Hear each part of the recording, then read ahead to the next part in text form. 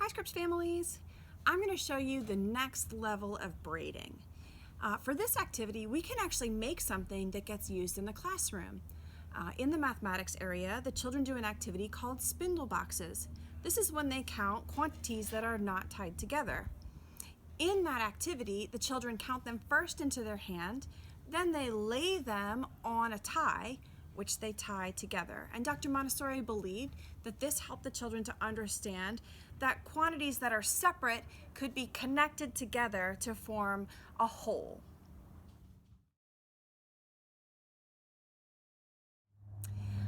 Okay, so when we go to make these, I actually like to make very thick ties for the spindles. This is because a child as young as 4.5 years old could be doing this activity. This child may not be able to tie very well. When they do the counting activity, they will lay the tie down and they will count into their hand each spindle. 1, 2, 3, 4, 5, 6, 7, 8, 9. 9 spindles. They'll lay the spindles over the tie, and then they need to be able to tie with one hand. So the spindle needs to be long enough that they can cross the tie, pick it up with one hand, use the other hand to thread it through, and connect those 9 separate entities together to make 9. To make this material and to make a thick tie, we want to have thread of 3 different colors, about an arm's length apart. I actually, if this was my classroom, would not choose this blue and this green because they're very close in shade. I ideally would choose very contrasting primary colors, but these are what I had at home.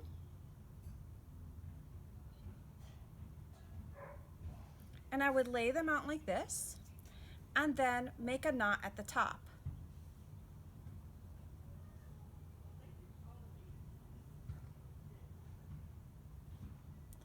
I want to leave enough thread at the end so that I can invite my child to help me. If I invite my child to help me, I would invite them to use their pincher grip to hold the knot with the rest of the thread in their hand while I braid.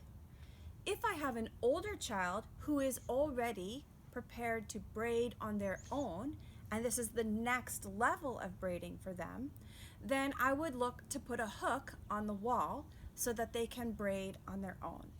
You can use a command hook that you can put on the wall kind of at the shoulder height of your child, maybe a little bit lower, maybe just a little bit lower than shoulder height, maybe armpit height, and that way when they're braiding, their arms are extended. I'm going to use a suction cup. I'm just going to plop it here on the table. I can then take the knot and press the knot through.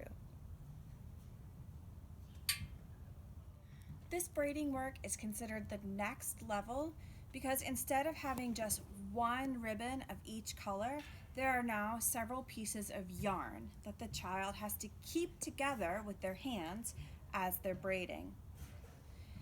We still want them to practice using one hand over the other, but if they've practiced enough with the ribbon, you may be able to show them how to keep their hands together in place and to pass the thread between their fingers.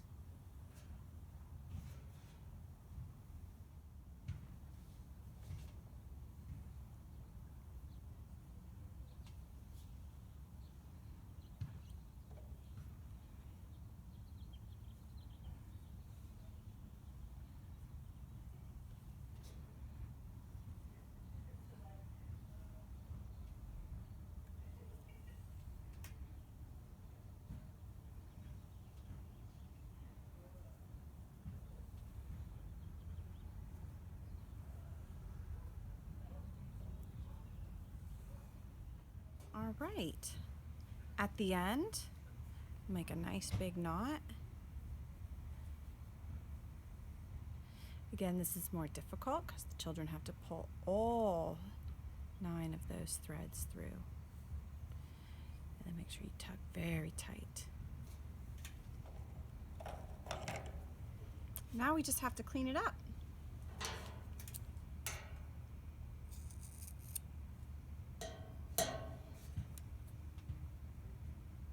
Looks pretty good. These little threads can now go in our box of snippets for using for pasting. And that is how we make a spindle tie. For the spindle boxes, we would need to make 8 of these ties because we tie together the quantities 2 through 9. After the child has kind of mastered these, you can go down to a single thread of each color and encourage them to make a nice long friendship bracelet.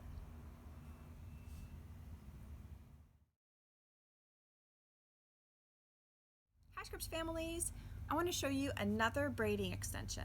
This braiding extension happens after the child has mastered braiding 3 ribbons and after the child has mastered braiding multiple threads of 3 different colors.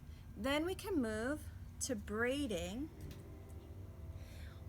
many different threads of the same color. This is an indirect preparation for the care of the self. This is helping the child learn to do things like braid hair. Just like before, we can use a hook on the wall, either a command hook or this kind of removable hook that we can put on a window. Here I have probably cut 20 or more threads of the same length for an older child. This is the kind of activity a 5-year-old child likes to do. I like to make them long again, so this is about a shoulder width apart. The first thing we need to do is make a very large knot, passing all of the threads through the center of the loop. And tying this knot very tight. This is now our braiding material from which we can hook it against a wall. When teaching the child to braid multiple yarns of the same color, it's like braiding hair. The first thing we have to do is figure out how to partition the yarn into 3 equal amounts.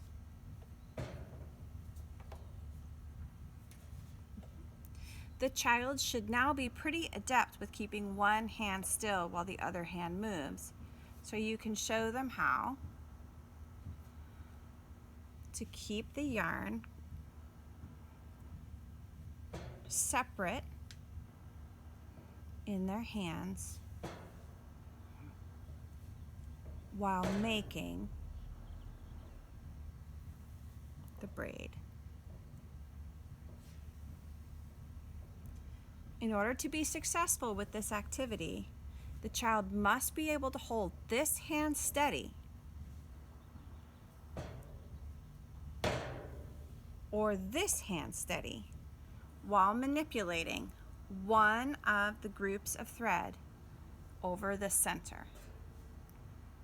There's no color coding now, so they must understand before doing this work which one is the center yarn that must be crossed over.